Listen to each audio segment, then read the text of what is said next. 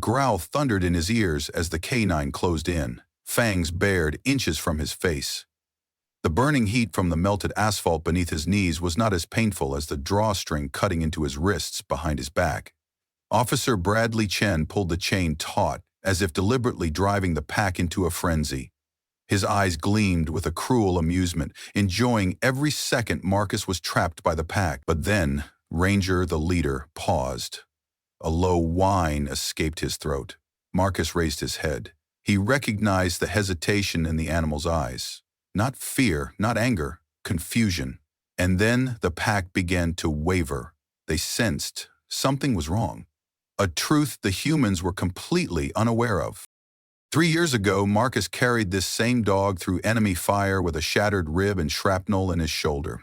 Today, these officers want to use Ranger to humiliate the very man who saved his life.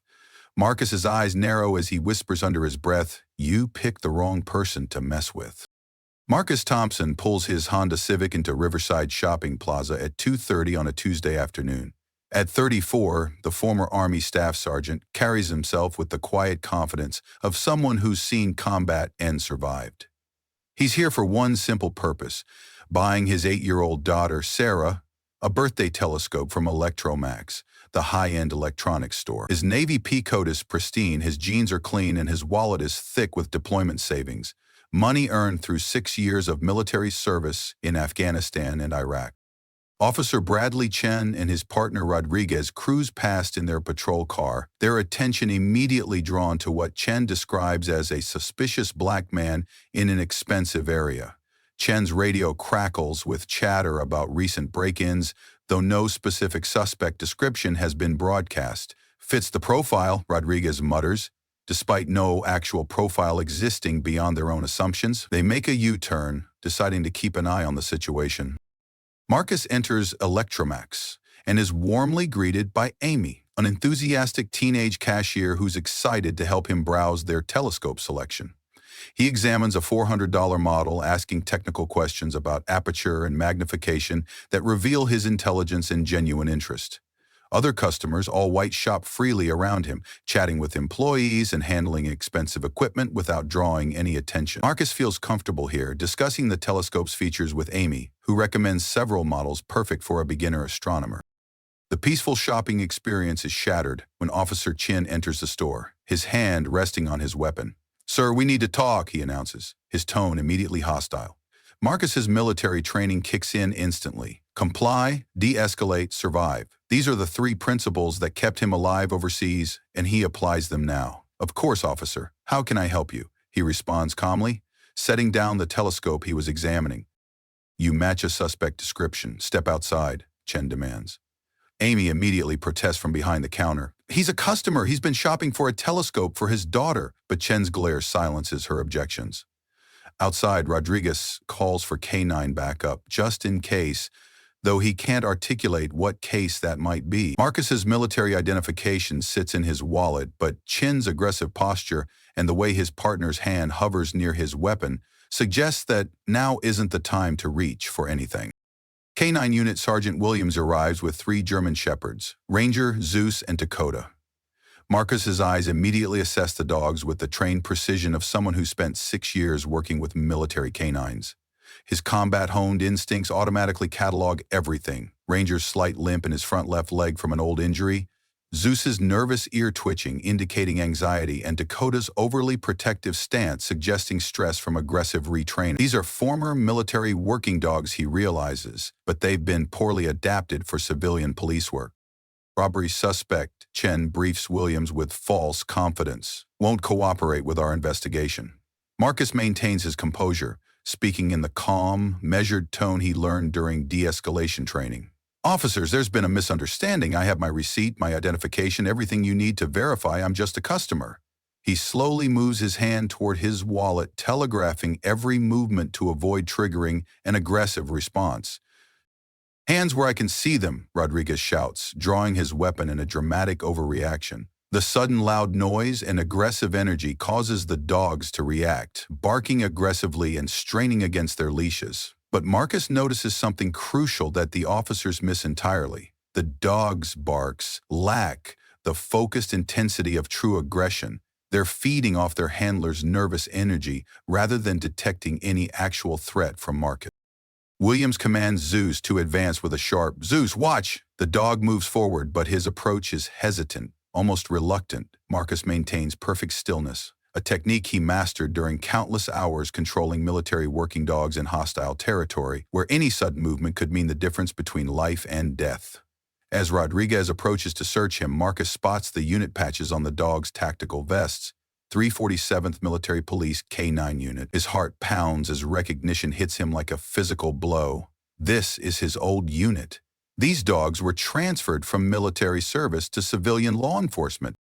More importantly, if these are former military dogs from his unit, there is a possibility they might actually know him. Marcus studies Ranger more closely, noting the specific pattern of scars on his front leg, the way he holds his head, the distinctive markings around his eyes. A memory flashes through his mind, carrying a wounded German shepherd named Rex through enemy fire during the Kandahar bombing 3 years ago. Rex had the same scars, the same limp, the same intelligent brown eyes now staring back at him with growing recognition.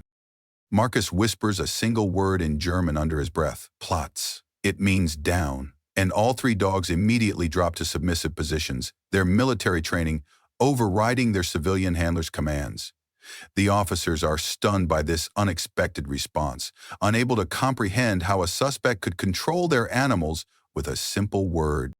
"What the hell was that?" Williams demands, but Shen covers his confusion with escalating aggression. "Must be some gang thing," he declares, though he has no evidence to support this theory. "Cuff him, now."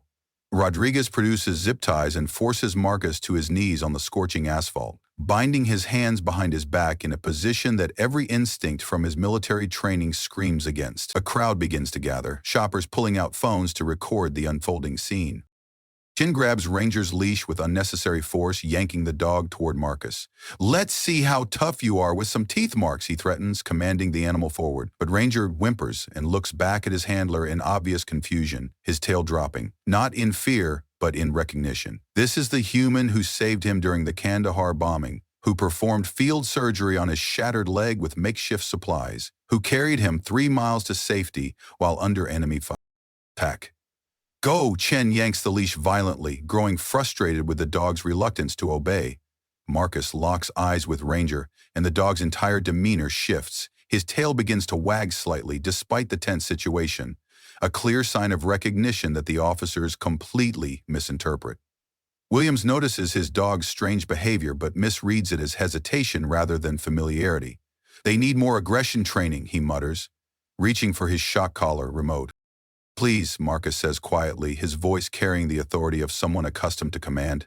"Don't hurt them. They're good dogs who are being confused by conflicting signals." His concern for the animal's welfare is genuine. These dogs are suffering from the stress of improper retraining, being asked to act against their core nature. "Shut up!" Chun screams, spittle flying from his mouth. "You don't get to tell us about our dogs." The crowd grows larger, with Amy from the electronics store running out to witness the spectacle. "This is wrong," she shouts. "He was just shopping for a telescope." An elderly white woman joins the protest. "Let him go. This is America, not some police state." But Chin's ego is fully engaged now, his authority challenged by both the suspect and the growing crowd. He orders everyone back, threatening arrests for interference. Marcus scans the faces around him. At least 12 people are recording, their phones capturing every moment of his humiliation. His own phone, confiscated but still unlocked, buzzes insistently in Rodriguez's pocket as emergency contacts try to reach him. Rodriguez searches Marcus's wallet, discovering military identification, deployment awards, and a photo of a young girl with pigtails and a bright smile. "Daddy's little princess," he mocks, holding up the photo for Chen to see. That's when Marcus's carefully maintained composure finally cracks, not at his own humiliation, but at the threat to his daughter's image of him as her hero. His jaw clenches with barely contained fury as he makes a silent vow. These officers have no idea who they're dealing with, but they're about to find out. Marcus's phone continues buzzing insistently in Rodriguez's pocket, the caller ID displaying General Morrison, URG, urgent. Rodriguez glances at it dismissively, assuming it's a fake contact designed to intimidate police officers, but the call comes through again immediately, then a third time with increasing urgency. The persistence suggests this isn't a random contact, but someone who expects their calls to be answered. "I need to make a phone call," Marcus states calmly, invoking his constitutional right. "It's guaranteed under Miranda." Chen wants to refuse, but Williams, the senior officer present, recognizes that the optics are deteriorating rapidly.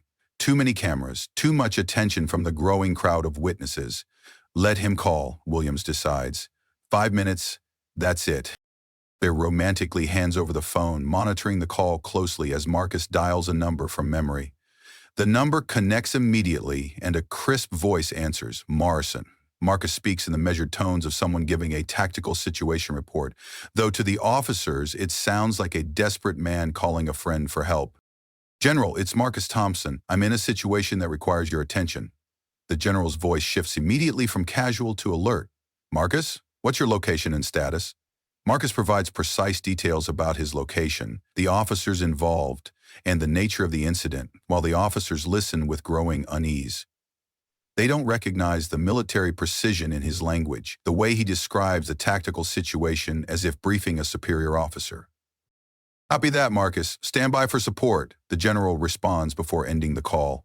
Marcus returns the phone and resumes his position, but something fundamental has changed in his demeanor.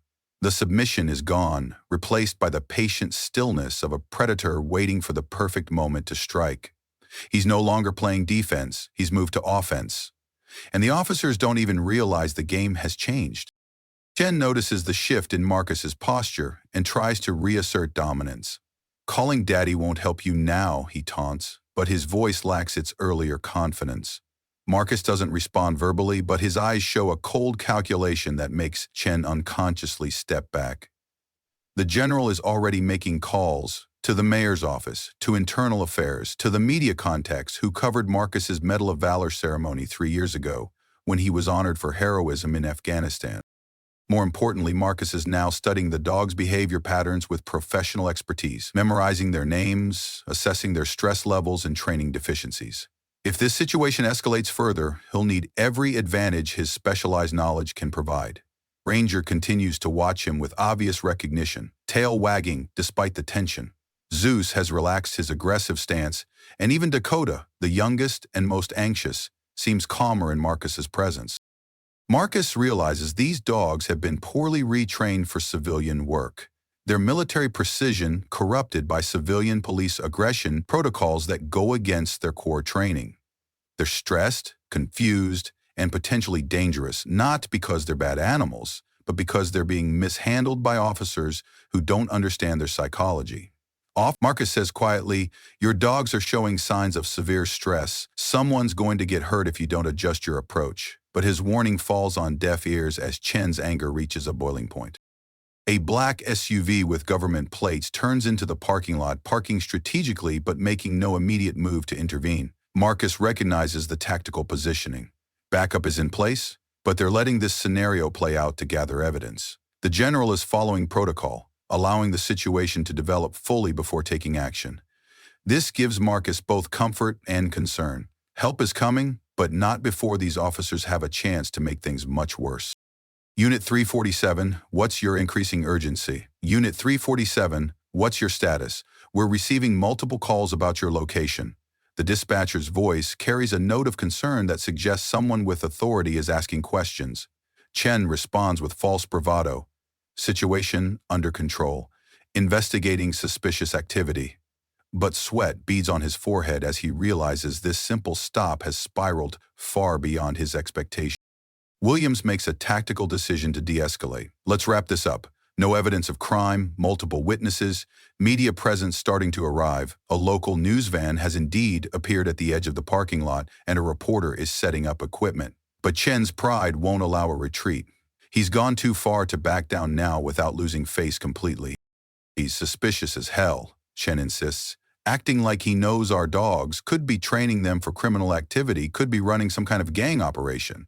Marcus almost laughs at the absurdity of the accusation, but maintains his composure. The suggestion that a man shopping for a telescope is somehow involved in dogfighting or gang activity is so ridiculous it borders on comedy.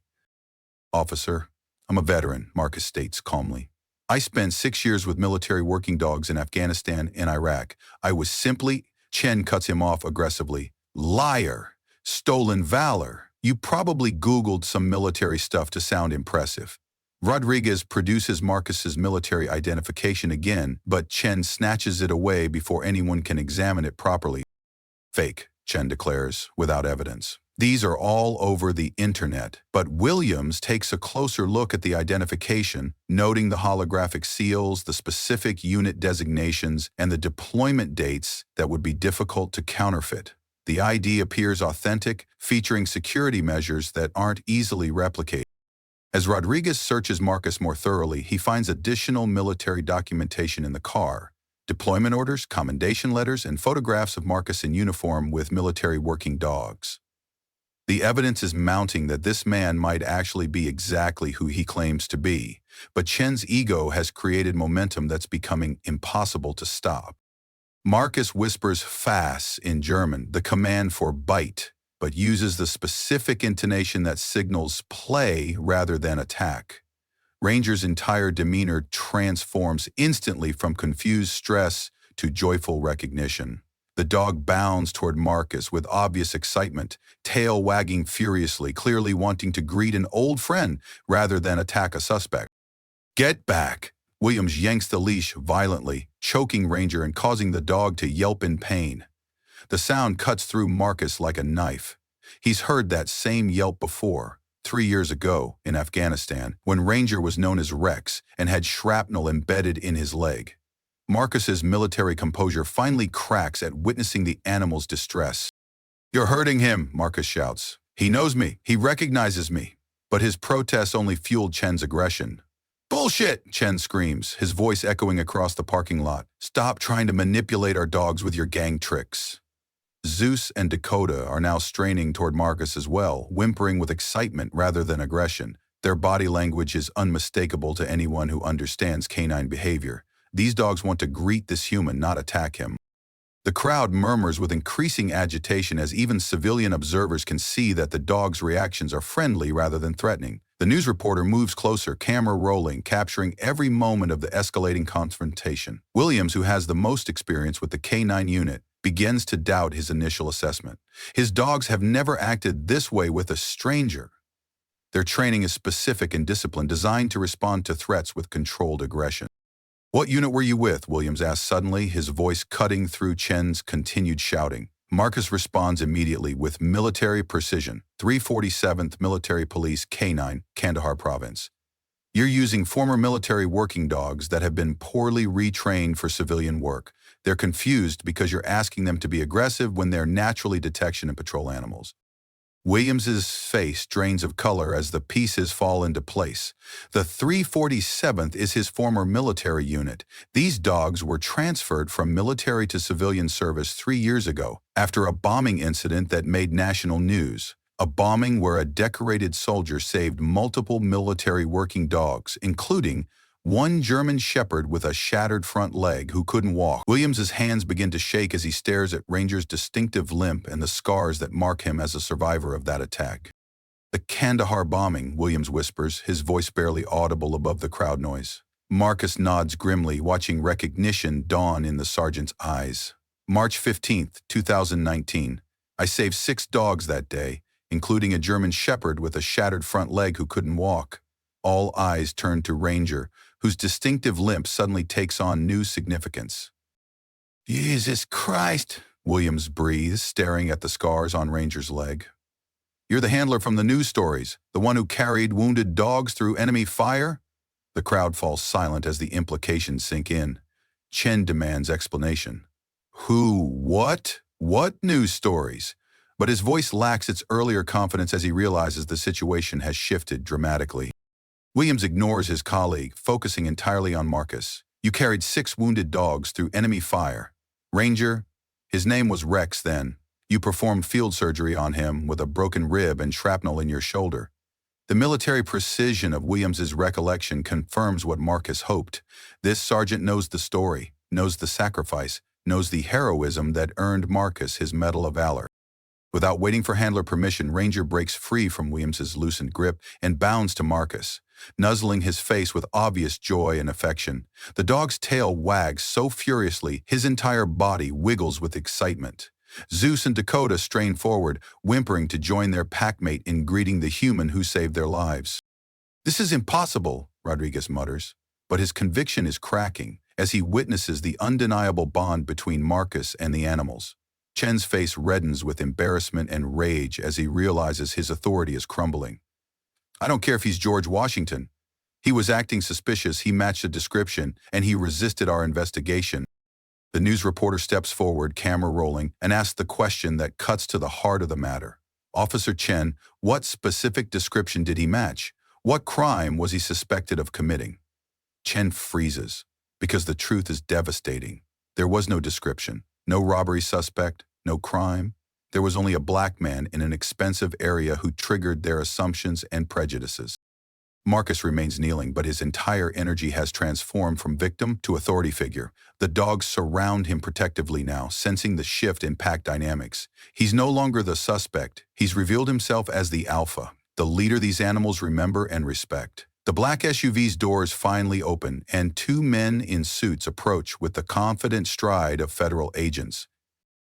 Marcus rises to his feet slowly, the dogs flanking him like an honor guard as he brushes dirt from his knees and straightens his coat. The transformation is remarkable.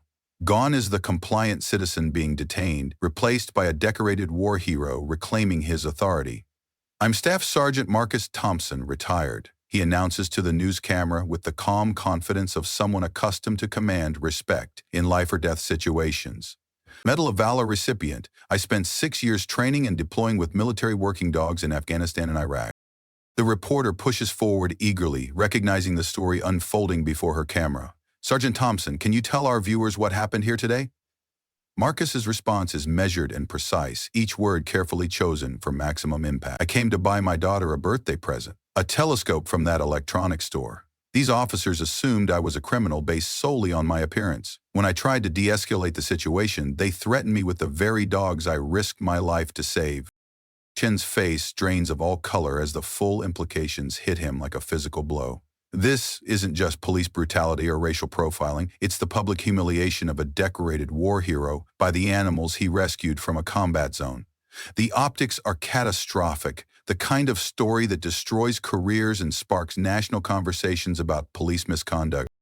General Morrison approaches from the government SUV, flanked by two JAG officers, whose presence immediately elevates the situation to federal significance. "Marcus, are you injured?" the general asks with genuine concern. Marcus's response demonstrates his continued focus on the welfare of others. "No, sir, but these dogs are being mishandled. They're showing signs of severe stress from improper civilian retraining protocol." Morrison's jaw tightens as he surveys the scene with the analytical eye of someone who's commanded troops in combat. "Officers, I'm General Morrison, United States Army. This man served with distinction in the canine unit under my command. These dogs were transferred from military service with specific protocols that appear to have been violated." Williams stammers desperately, "General, we didn't know about his service record." But Morrison cuts him off with the authority of decades in command. "Ignorance isn't an excuse for poor police work, Sergeant. Staff Sergeant Thompson was awarded the Medal of Valor for rescuing 6 military working dogs under enemy fire. The dog currently seeking his attention was near death when Marcus carried him 3 miles through hostile territory to reach medical evacuation." The crowd erupts in angry murmurs as the full story emerges. A decorated war hero, humiliated and threatened with attack dogs by the very animals he saved in combat. The narrative has flipped completely, transforming from a routine police stop into a national scandal. Chen makes one last desperate attempt to salvage the situation. "He was acting suspicious. We had reports of criminal activity in the area." General Morrison's voice carries the full weight of military authority as he responds, "What reports, officer? What specific criminal activity justified zip-tying a Medal of Valor recipient and threatening him with attack dogs?" The silence is deafening because everyone present knows the truth. There were no reports, no specific threats, no legitimate reason for this stop beyond racial profiling.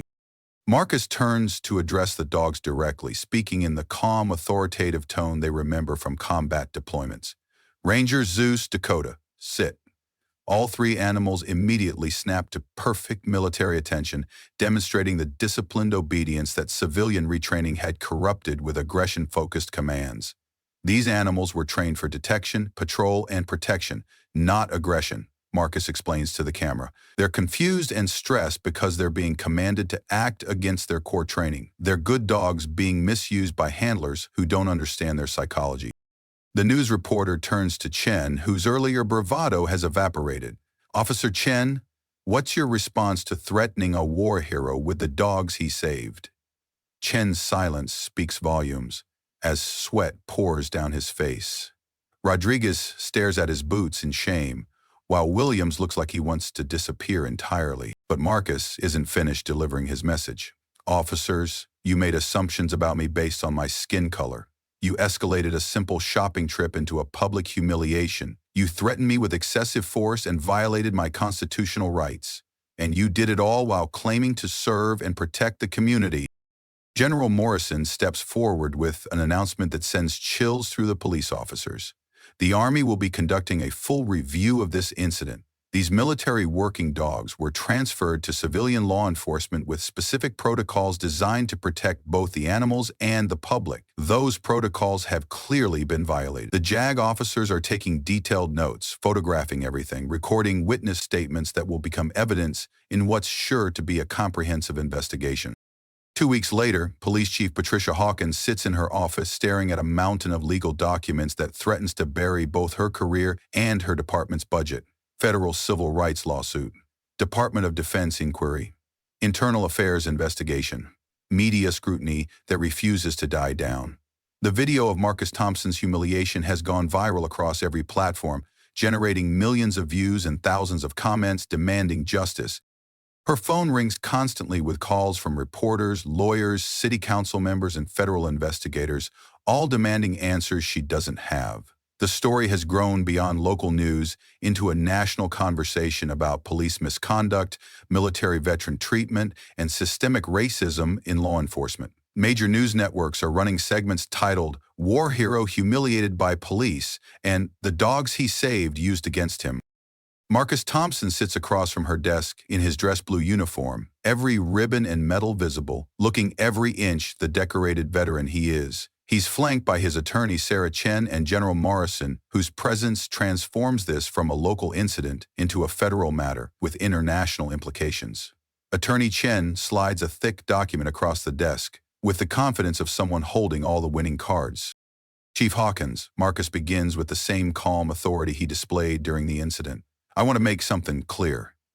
This isn't about money or personal revenge. This is about systematic failures that put both veterans and civilians at risk. His words carry weight because everyone in the room knows he could have handled this privately, could have accepted a quiet settlement and moved on with his life.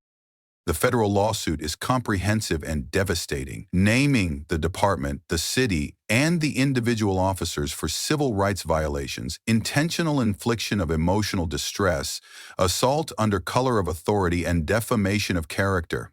The numbers are staggering. 7 figures, easily. But the real damage is reputational and structural. General Morrison speaks with the measured tone of someone delivering an official military assessment. The Department of Defense is reviewing all military working dog transfers to civilian agencies nationwide. This incident suggests systematic problems with civilian retraining protocols that compromise both animal welfare and public safety. Chief Hawkins' stomach drops at the implications. Losing access to military working dogs would cripple their canine program, eliminating millions of dollars in training and operational capability. What do you want? Chief Hawkins asked directly, recognizing that traditional damage control won't work here. Marcus leans forward, his response revealing the strategic thinking that made him an effective military leader. Comprehensive reform. Mandatory bias training for all officers. New protocols for canine handling based on actual animal psychology rather than intimidation tactics. Independent oversight of all police stops involving minorities. And real accountability for the officers involved. The chief offers what she thinks is a significant concession. Officer Chen has been suspended pending investigation. But Attorney Chen's response cuts through the bureaucratic doublespeak. Suspended? He threatened a war hero with attack dogs based on racial profiling. He should be terminated immediately and face criminal charges for assault under color of authority. Chief Hawkins tries to deflect. These are personnel matters governed by union contracts and due process requirements. But Marcus corrects her with laser precision. These are civil rights matters governed by federal law. Officer Chen committed assault under color of authority. Officer Rodriguez participated willingly in the violation of my constitutional rights. Even Sergeant Williams, despite his eventual recognition of my service, failed to control his subordinates and allowed the situation to escalate unnecessarily. Outside the police station, protesters march with signs reading, "Justice for Marcus Thompson. Heroes deserve respect," and "End police brutality now." The department's approval ratings have plummeted to historic lows, and recruitment has become nearly impossible as the story spreads through military communities nationwide. 3 days later, the city council holds an emergency session in a packed chamber where Marcus sits in the front row, silent but unmistakably present. Mayor Rebecca Torres faces the political reality that this war hero has become a symbol of police overreach, and the city cannot afford to be on the wrong side of this fight. The incidents involving Staff Sergeant Thompson represent a fundamental failure of our systems and our values, Mayor Torres announces to the packed chamber. Effective immediately, we are implementing comprehensive police reform based on the recommendations provided by Sergeant Thompson and military advisors. The reforms are extensive and expensive. Mandatory cultural sensitivity training, revised use of force policies, independent civilian oversight board, body cameras for all canine units, and a complete review of military working dog protocols. But Marcus understands that reform on paper means nothing without enforcement and accountability. Real change requires constant vigilance and the political will to maintain standards, even when public attention moves elsewhere. 1 week later, in the federal courthouse, United States District Judge Maria Santos reviews the civil rights lawsuit with the thorough attention it deserves. The evidence is overwhelming and undeniable. Video footage from multiple angles, witness testimony from dozens of bystanders, expert analysis of improper canine handling techniques, and documentation of the officer's complete lack of probable cause for the initial stop. Marcus's attorney presents the case with methodical precision, each piece of evidence building toward an inevitable conclusion. Your Honor, this case transcends typical police misconduct. This is about systematic bias that transforms war heroes into suspects based solely on the color of their skin. The city's attorneys argue desperately for settlement, recognizing that this case is completely unwinnable at trial. No jury would side with officers who humiliated a Medal of Valor recipient using dogs he saved in combat.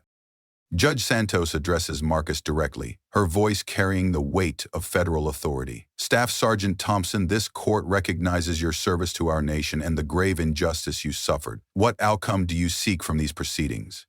Marcus's response reflects his continued focus on systemic change rather than personal gain. Accountability, Your Honor, real accountability that prevents this from happening to other veterans, other minorities, other innocent citizens. 2 weeks later, the internal affairs hearing seals Officer Bradley Chen's fate as he sits before the disciplinary board, his career effectively over before the proceedings even begin. The evidence is damning and incontrovertible. No probable cause for the initial stop, unnecessary escalation of a non-incident, threatening a veteran with excessive force, and conduct unbecoming an officer. Internal Affairs Captain Rodriguez reads the charges with bureaucratic precision. Violation of civil rights under color of authority, excessive use of force, conduct unbecoming an officer, failure to follow established department protocols, and bringing discredit upon the police department. Chen's attorney attempts a desperate defense. My client was following his training, responding to what appeared to be suspicious behavior in a high-crime area. Captain Rodriguez cuts through the defense with facts. What suspicious behavior? The investigation found no legitimate reason for the initial contact. Staff Sergeant Thompson was shopping for his daughter's birthday present. He committed no crime, violated no laws, and posed no threat to public safety. 6 weeks after the incident, Officer Bradley Chen sits at the defendant's table in federal district court, his lawyer whispering urgently in his ear as they face the most serious charges of his career. The federal charges are devastating: deprivation of rights under color of law, a felony carrying up to 10 years in federal prison. His police career is already over, his reputation destroyed, his pension forfeited, but now he faces the possibility of significant prison time. United States Attorney Patricia Williams presents the government's case with the methodical precision of someone who's never lost a civil rights prosecution. Ladies and gentlemen of the jury, this case is about the fundamental abuse of power. Officer Chen used his authority as a police officer to humiliate and threaten an innocent citizen, a decorated war hero, based solely on racial prejudice and personal bias. The evidence presentation is devastating in its thoroughness. Security footage shows Marcus shopping normally, asking questions about telescopes, behaving like any other customer. Phone records reveal no robbery reports matching any description in the area that day. Expert testimony from military canine specialists confirms that the dog's behavior indicated recognition and excitement, not aggression or threat detection. But the most damaging evidence comes from Chen's own body camera footage, which captured every moment of his escalating aggression and racist assumptions. The jury watches in uncomfortable silence as Chen threatens a war hero with dogs, dismisses his military service as fake, and escalates a peaceful shopping trip into a public humiliation. Chen's defense attorney, Robert Martinez, attempts damage control with increasing desperation. Officer Chen made mistakes in judgment, yes, but criminal intent? The situation was chaotic. The dogs were acting strangely, and he was responding to what appeared to be suspicious behavior. But the prosecution has already dismantled every element of this defense with evidence and expert testimony. Marcus takes the stand wearing his dress uniform, every ribbon and medal telling the story of 6 years of distinguished military service. His testimony is calm, precise, and absolutely devastating. He describes his military service, his Medal of Valor citation for rescuing military working dogs under enemy fire, and the specific dogs he saved during the Kandahar bombing. Officer Chen told me he wanted to teach me respect through intimidation and threats, Marcus testifies with quiet authority. But respect isn't demanded through badges and weapons. It's earned through service, integrity, and treating all citizens with dignity regardless of their appearance. The prosecutor shows the jury photographs of Marcus's military service, him in combat gear with military working dogs, receiving commendations from generals, carrying wounded animals to safety under enemy fire. Then she shows the video of him zip-tied and kneeling while Chen threatens him with the very dogs he saved. "This is how Officer Chen treated a war hero," she says simply, letting the contrast speak for itself. The jury deliberates for exactly 90 minutes before returning with their verdict, guilty on all counts. Chen's face remains impassive, but his hands shake as he realizes his life has been permanently destroyed by 90 minutes of racist assumptions and aggressive policing. While Chen faces federal sentencing, the State Police Certification Board conducts its own hearing with a lower legal standard but the same overwhelming evidence. Board Chairman Thomas Anderson reviews Chen's personnel record, discovering a pattern that should have ended his career years earlier: 3 prior complaints for excessive force, 2 documented incidents of racial bias, and multiple warnings about aggressive behavior that were ignored by supervisors. "Officer Chen," Chairman Anderson announces, "your certification to serve as a law enforcement officer in this state is hereby permanently revoked. You will never again have the authority to carry a badge, make arrests, or represent law enforcement in any capacity. Chen's police career is officially over. No department will hire him. His pension is forfeited, and his reputation is permanently destroyed." At the federal sentencing hearing, Judge Santos faces Chen one final time. The federal guidelines suggest 18 to 24 months in prison, but she has discretion based on the specific circumstances of the case. Marcus requested the opportunity to address the court directly, exercising his right as a victim to speak before sentencing. Marcus stands, facing Chen directly for the first time since the incident. "Officer Chen, you saw a black man in an expensive area and assumed criminality. You escalated a non-incident into a public humiliation. You threatened me with dogs I risked my life to save. But I don't want vengeance. I want you to understand the damage you've caused to community trust, to good officers, and to the animals you misused. Judge Santos sentences Chen to 15 months in federal prison, 3 years supervised release, 500 hours of community service in minority communities, and mandatory bias training. Officer Chen, you betrayed your oath and violated the constitutional rights of an American hero. Your sentence reflects the seriousness of abusing police authority. 6 months after the incident, Chief Hawkins stands at the podium of the National Police Chiefs Conference, addressing 500 law enforcement leaders from across the country. The Thompson incident has become a mandatory case study in police academies nationwide, an example of how implicit bias and poor training can transform routine encounters into federal civil rights violations. The Thompson case exposed critical failures in our systems that extend far beyond one bad stop, Chief Hawkins admits to the assembled chiefs. Racial bias, inadequate canine protocols, lack of veteran awareness, insufficient supervision, and the absence of accountability measures. We've implemented comprehensive reforms, but the real work is changing the culture that allowed this to happen. The reforms have spread rapidly through law enforcement agencies nationwide as departments scramble to avoid similar incidents. Police academies now include mandatory modules on veteran recognition, implicit bias training, and proper handling of former military working dogs. The Army has suspended all civilian transfers of military working dogs pending a complete protocol review. Dr. Jennifer Walsh, a nationally recognized police reform expert, presents her analysis to the conference. The Thompson case demonstrates how implicit bias operates in law enforcement. When officers make assumptions based on race rather than behavior, everyone loses. The community loses trust, good officers lose credibility, and innocent citizens lose their constitutional rights. At the Department of Defense, General Morrison chairs a comprehensive review committee examining all military to civilian dog transfers. The findings are disturbing and systematic. Civilian departments received minimal training on handling former military working dogs, leading to stressed animals, compromised performance, and dangerous situations for both officers and civilians. These dogs were trained for specific military missions, using precise protocols, General Morrison explains to the review committee.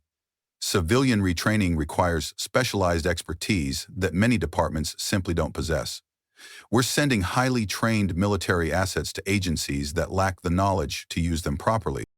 New protocols mandate extensive handler training, regular psychological evaluations for the animals, and ongoing military liaison oversight for all transferred dogs. Several departments have already lost their military canine programs due to inadequate training and facilities. The Federal Bureau of Justice Statistics reports a 23% increase in police misconduct investigations following the Thompson case, as body camera footage reveals patterns of bias that were previously hidden from oversight. Assistant Attorney General Maria Santos announces new federal guidelines requiring departments to document legitimate probable cause for all stops, especially those involving canine units. The International Association of Chiefs of Police releases updated best practices for veteran interactions, recognizing that former military personnel deserve special consideration for their service. Law enforcement officers must understand that veterans have already served their country with honor, IACP President Robert Johnson announces. Proper identification and respect protocols can prevent unnecessary confrontations and build community trust. The Veterans First Protocol requires officers to identify military service during initial contact and adjust their approach accordingly. Marcus Thompson's case becomes the primary training example of what happens when these protocols fail catastrophically. Academic institutions launch comprehensive studies on police interactions with veterans, with preliminary findings suggesting that veterans face higher rates of aggressive police response due to training that emphasizes officer safety over service recognition. Dr. Amanda Rodriguez at State University publishes From Battlefield to Battlefield, Veteran Experiences with Law Enforcement. Using Marcus's case as the foundational example of systemic failure, the impact extends beyond law enforcement into broader conversations about respect, service, and the treatment of veterans in civilian society. Marcus's story resonates because it transcends typical political divisions. Both conservative veterans and liberal activists find common ground in the belief that decorated war heroes deserve better treatment from the institutions they serve to protect. 1 year later, Marcus Thompson returns to the same Riverside Shopping Plaza parking lot where his life changed forever. But this time, he's not a customer. He's working as the police department's newly appointed Veterans Affairs Liaison. Marcus has spent the past 6 months training officers on veteran recognition, de-escalation techniques with military personnel, and proper canine handling protocols that respect both animal psychology and human dignity. His 8-year-old daughter Sarah walks beside him, holding his hand as they approach the Electromax store. She's carrying the telescope he originally came to buy, delivered to their home by the store manager with a personal apology and a full refund that Marcus donated to a veterans charity. "Daddy, why do we have to come back to the scary place?" Sarah asks with the innocent directness of childhood.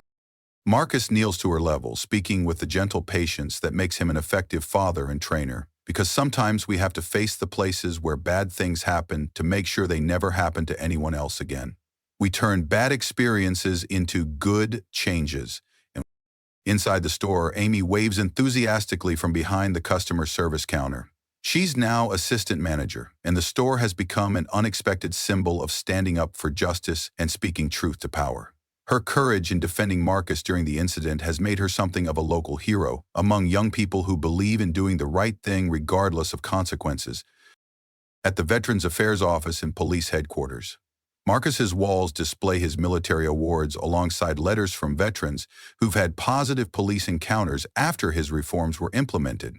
The Thompson protocols have prevented 17 documented incidents of veteran police confrontations, and inquiries are coming in from departments in 12 states wanting to implement similar programs.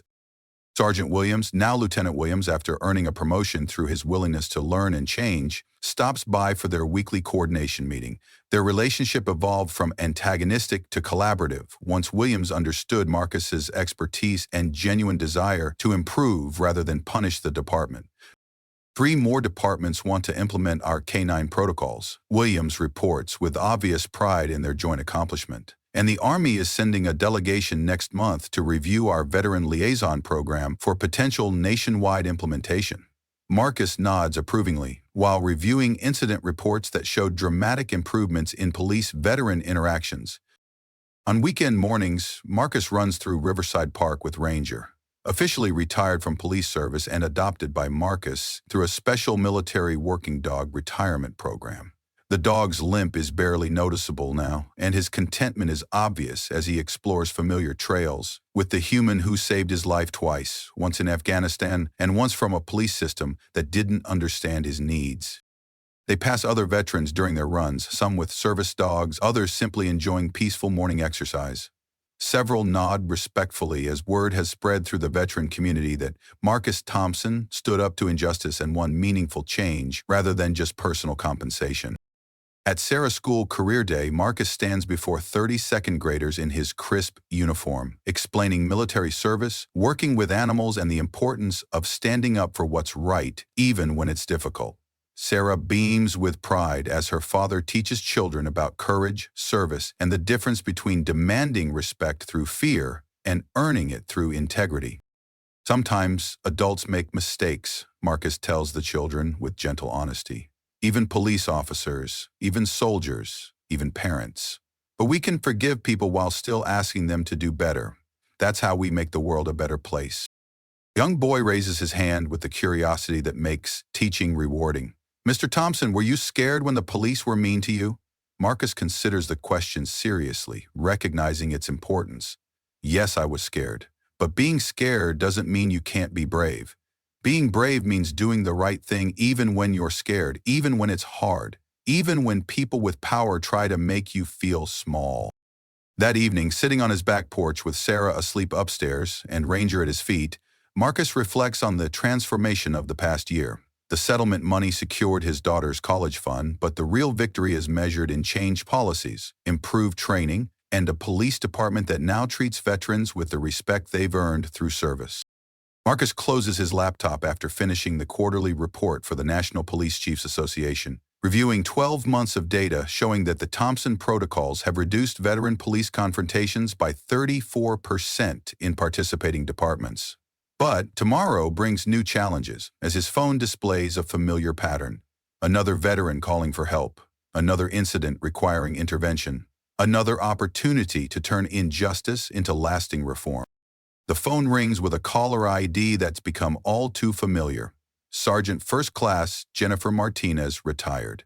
Marcus answers immediately, recognizing the urgency in her voice. "Mr. Thompson, I saw your story on the news about what happened to you. Something similar just happened to me, and I don't know what to do. I tried to help during a medical emergency, and they arrested me for interfering with official business. They wouldn't listen when I explained I'm a decorated Army medic who saved hundreds of lives in combat." Marcus grabs his notebook, his resolve hardening with familiar determination. The work continues, and each case builds on the previous victories. "Tell me everything that happened, Sergeant Martinez. We're going to make sure you get the respect and justice you've earned through your service." This story demonstrates what happens when assumptions collide with reality, when prejudice confronts genuine heroism, when humiliation transforms into systematic justice. Marcus Thompson didn't just win a lawsuit or receive financial compensation. He changed a broken system that was failing veterans, minorities, and the community it claimed to serve.